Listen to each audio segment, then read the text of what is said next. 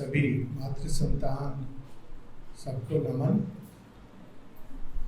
ये विषय बहुत ही सुंदर है और अद्भुत है। भारतीय साहित्य, इंडियन लिटरेचर, क्योंकि साहित्य एक ब्रिज की तरह है, एक पुल है, सेतुबंध है, जो एक ओर हमको अध्यात्म से जोड़ता है और दूसरी ओर हमको संस्कृति से जोड़ता है और उसके बाद में दैनिक जीवन से भी जोड़ता है।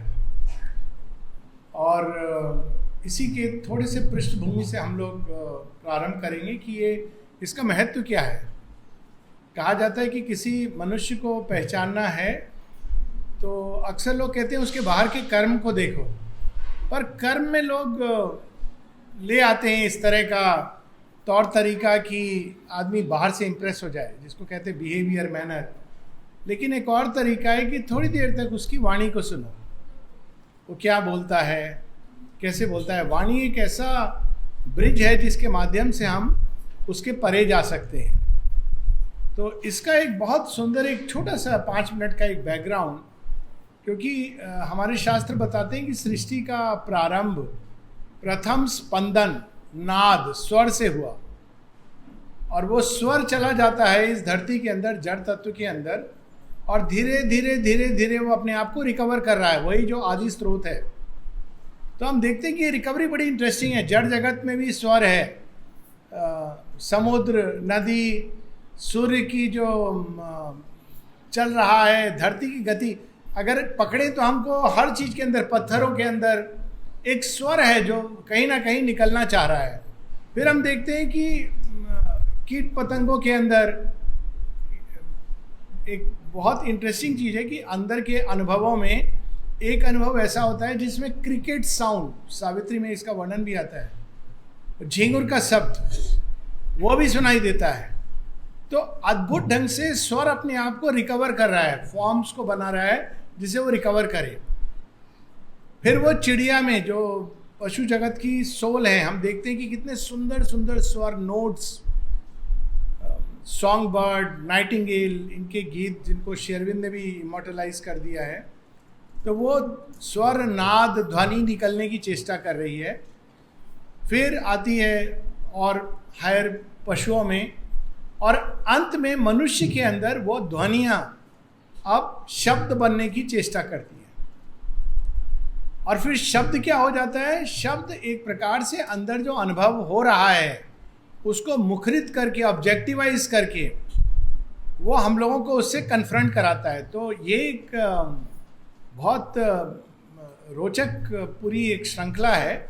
और अगर हम लोग वैदिक ऋषियों के काल के साहित्य को देखें तो हम देखते हैं कि कैसे उन्होंने स्वर और शब्द, ध्वनि और शब्द दोनों का उपयोग करके अपने ही अंदर अनुभवों की गहराई में जाने का प्रयास किया। श्री अरविंद एक जगह थॉट को बताते हैं, ये एक चिड़िया की तरह, पैराक्लेट, जो हमको भूमि से जोड़ती है लेकिन भूमि से उड़ते हुए ऊपर तक ले जाती है, वहां जहां शब्द प्रकट होता है, साइलेंस की तरफ।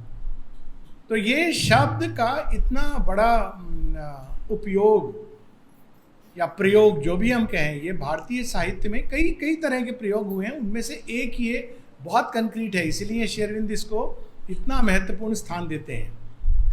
सबसे पहले हम देखते हैं कि ये भारतवर्ष की 3-4 अवस्थाएं हैं भारतीय लिटरेचर की।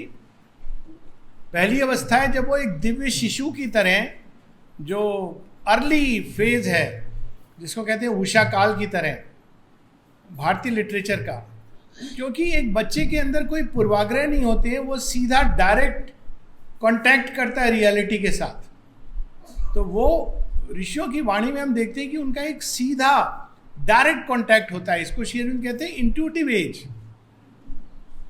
उस समय ये कॉम्प्लेक्सिटी जो बाद में मन की डेवलप होती है वो नहीं है, डायरेक्ट कांटेक्ट होता है रियलिटी के साथ। हम लोग उसको छिपा देते हैं। मान लीजिए अगर हम जा रहे हैं, अचानक वॉक करते करते अचानक किसी को अंदर में एक बहुत सुंदर अद्भुत अनुभव हो, तो आम आदमी लेकिन बाकी चीज़ों को इम्पोर्टेंस दे करके उसको खो देता है। लेकिन ऋषि इसको पकड़ते हैं और उस अनुभव को पूरी तरह डेवलप करने के लिए शब्द के माध्यम से वो उसको प्रकट करते हैं।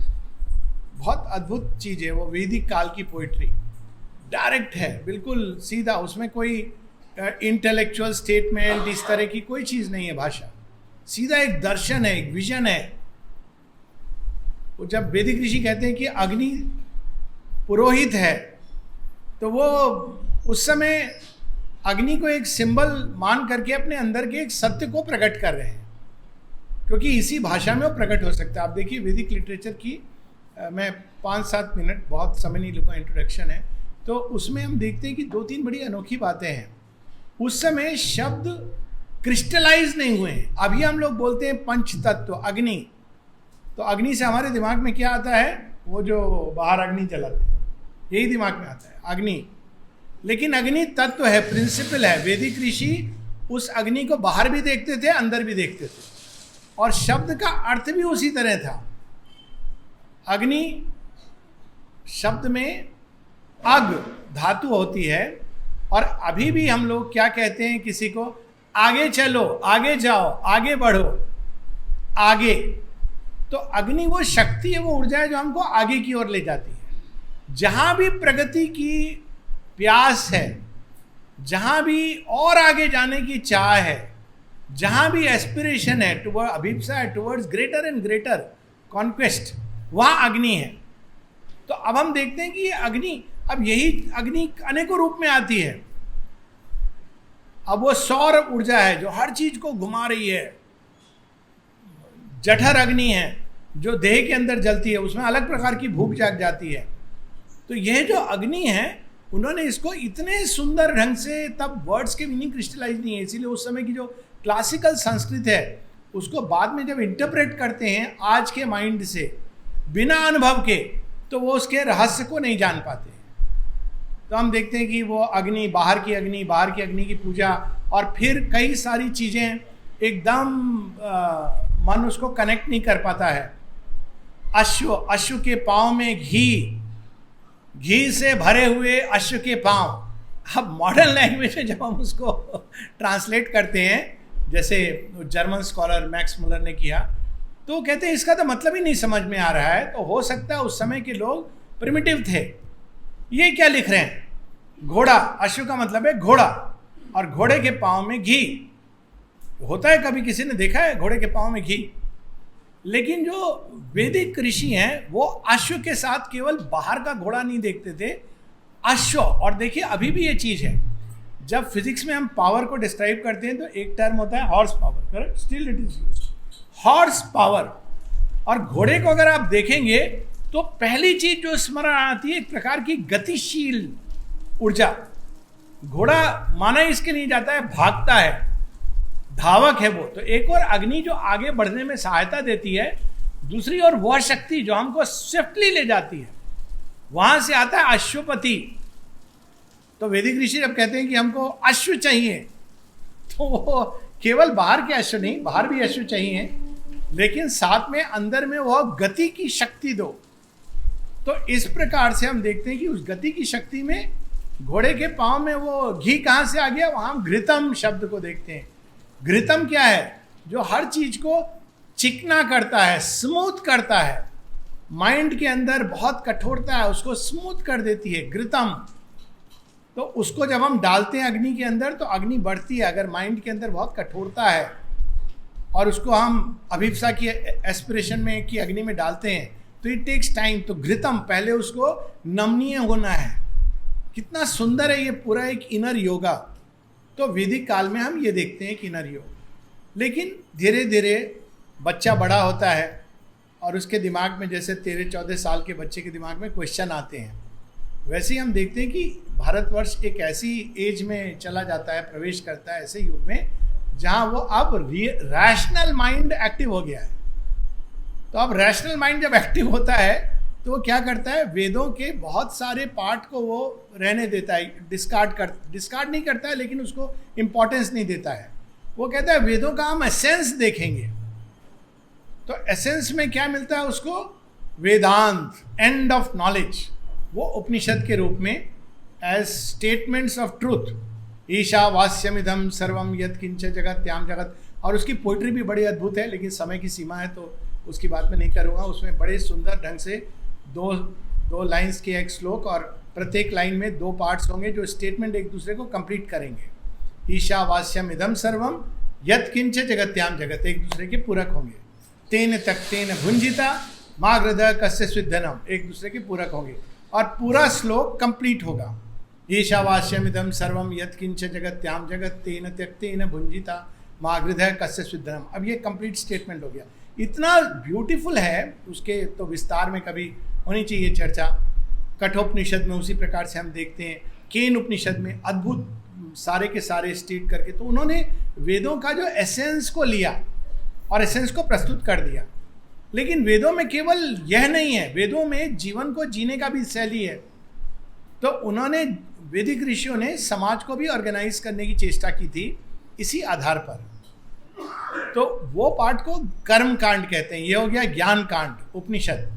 तो कर्म कांड हम ब्रह्मणास में देखते हैं, ब्राह्मण नहीं, ब्राह्मण ब्रह्मणास। तो वो एक लिटरेचर है जिसमें कर्म कांड, उसके एक डिटेल में है कि कैसे हम सेक्रीफाइस करेंगे, कौन सा घी डालेंगे, कौन सा घी डालेंगे, कैसे, सारा डिटेल्स में जाता है कर्म कांड। तो इस तरह से उन्होंने डबल सेंस में वैदिक ट्रुथ को प्रिजर्व किया। एक तो जो अंदर का सत्य है उनके लिए था, जो अंदर के सत्य के प्रति जाग गए, और दूसरे लोग थे वो रिचुअल के द्वारा उसको कंटिन्यू कर रहे थे। वो भी जरूरी था, क्योंकि हर व्यक्ति अंदर का सत्य नहीं तैयार है, लेकिन वो रिचुअल के कर्मकांड के द्वारा वो चल रहा था। तो ये एक इंटेलेक्चुअल एज में उन्होंने इस तरह से लिटरेचर जो आई उपनिषदों की, वो इस प्रकार से आई। लेकिन इसके बाद एक तीसरा फेज आया लिटरेचर का, और उसमें उन्होंने कहा उपनिषद बहुत सुंदर है, अद्भुत है, लेकिन जीवन से कैसे जोड़े। ईशावास्यम इदम सर्वम कुर्वन्नेवेह कर्माणि जिजी विशेषतांग समा, 100 साल में कर्म करते हुए जीना चाहता हूँ। अब इसको कैसे जोड़े जीवन के साथ। तो एक थर्ड क्वालिटी ऑफ लिटरेचर आया, तीसरे प्रकार का, जो वेदों से ही निकला, और उसको कहा गया इतिहास। वहाँ उन्होंने कहानी को पिकअप किया जो थी, रियल थी कहानी, लेकिन उसके अराउंड उन्होंने उन सत्यों को उद्घाटित किया जीवन से जोड़कर। और उस इतिहास का दो हम सब लोग परिचित हैं, रामायण और महाभारत। तो अब उसमें क्या है, वही सत्य है जो वेदों में है, उपनिषदों में है, लेकिन उसको इतने सुंदर ढंग से जीवन से जोड़ करके दिया गया है। मनुष्य कैसा होना चाहिए, राम जैसा होना चाहिए, खत्म बात। अब आपको और कुछ, साधना कैसी होनी चाहिए, तपस्या कैसी होनी चाहिए, एक नारी का कि विमेन एम्पावरमेंट कैसा होना चाहिए, हस्बैंड और नो हस्बैंड, माता सीता एम्पावर्ड वुमेन, राक्षस दैत्य जो हम वेदों में देखते हैं कि पनी वाला जो हमारे जीवन को, सोल की यात्रा को ऑब्स्ट्रक्ट करते हैं, होस्टाइल फोर्सेस जिसको कहते हैं, तो उसको पिक्चराइज कर दिया रावण के रूप में। महाअहंकार, एग्रेंडाइजमेंट, लस्ट। रावण के अंदर ये 2 चीज़ें जो बड़ी भयानक है। एक और लस्ट है, हर चीज़ को हड़पना चाहता है, पजेस करना चाहता है, और दूसरी उसकी समस्या है एम्बिशन। ये 2 मेन जो ऑब्स्टेकल्स हैं आध्यात्मिक जीवन के, रावण में सिंबलाइज हो गए। और फिर रावण का वध होना। तो ये पूरी योग यात्रा को, वैदिक सत्य को उन्होंने एपिक्स के माध्यम से, उसकी पोइट्री के डिटेल में मैं नहीं जा रहा हूँ, लेकिन एक बड़ी इंटरेस्टिंग छोटी सी कहानी है। वाल्मीकि की रामायण की उत्पत्ति के बारे में कहते हैं कि उन्होंने एक क्रॉंच पक्षी को, एक जोड़ा था पक्षियों का, उसका वध होते देखते हैं व्याध के हाथों से। तो जब वो देखते तो उनका हृदय इतना अधिक तरल हो जाता है संवेदना से कि पहला श्लोक निकलता है, अपने आप अंदर से प्रकट होता है। आप देखिए यहाँ वो जो बात हो रही थी, अंदर के अनुभवों का एक मेट्रिकल फॉर्म में स्पीच के निकलना। तो ये जो काव्य है, इसमें केवल आइडिया और थॉट नहीं है, उसके अंदर एक ध्वनि और स्पंदन है। तो इस प्रकार से उत्पत्ति होती है एक कवि की। और पूरी कहानी अगर हम देखें रामायण की, तो क्रॉंच पक्षी के प्रेम मिलन प्रसंग का एक बाहर से व्याध आकर के उसको समाप्त कर देता है। राम और सीता की कहानी में इसका हम रिफ्लेक्शन देखते हैं अपने ढंग से। लव एंड डेथ बहुत अद्भुत है ये सारा जो, और रामायण के अंदर जो पोइट्री है उसमें जो सेंसिटिविटी है, उसके तो डिटेल्स में जाना चाहिए कभी। केवल पोइट्री वाल्मीकि की रामायण की कि उसमें जो जिस तरह से वो वर्णन करते हैं, जिस संस्कृति का वर्णन है, किस तरह से राम रिस्पॉन्ड करते हैं जब कोई शत्रु उनके सामने खड़ा है। रावण बहुत कुछ बोल रहा है, राम मुस्कुरा रहे हैं, थोड़ी देर बाद जब वो पॉज बटन उसका दबता है तो बोलते रावण हो गया, युद्ध करें हम। जब परशुराम संवाद होता है, मैं इसमें बह जाऊंगा इसलिए इसको अभी दूसरा महाभारत के बारे में श्री अरविंद कहते हैं कि जो महाभारत में नहीं है वह भारत में नहीं है, और जो कुछ भारत में है वह सब महाभारत में है। और यहाँ तक उन्होंने कह दिया कि जब तक हमने महाभारत को नहीं पढ़ा तब तक हमको भारत के बारे में ज्ञान नहीं है। अगर एक लिटरेचर पढ़ना है भारत का, भारत को जानने के लिए, तो महाभारत पढ़ना है।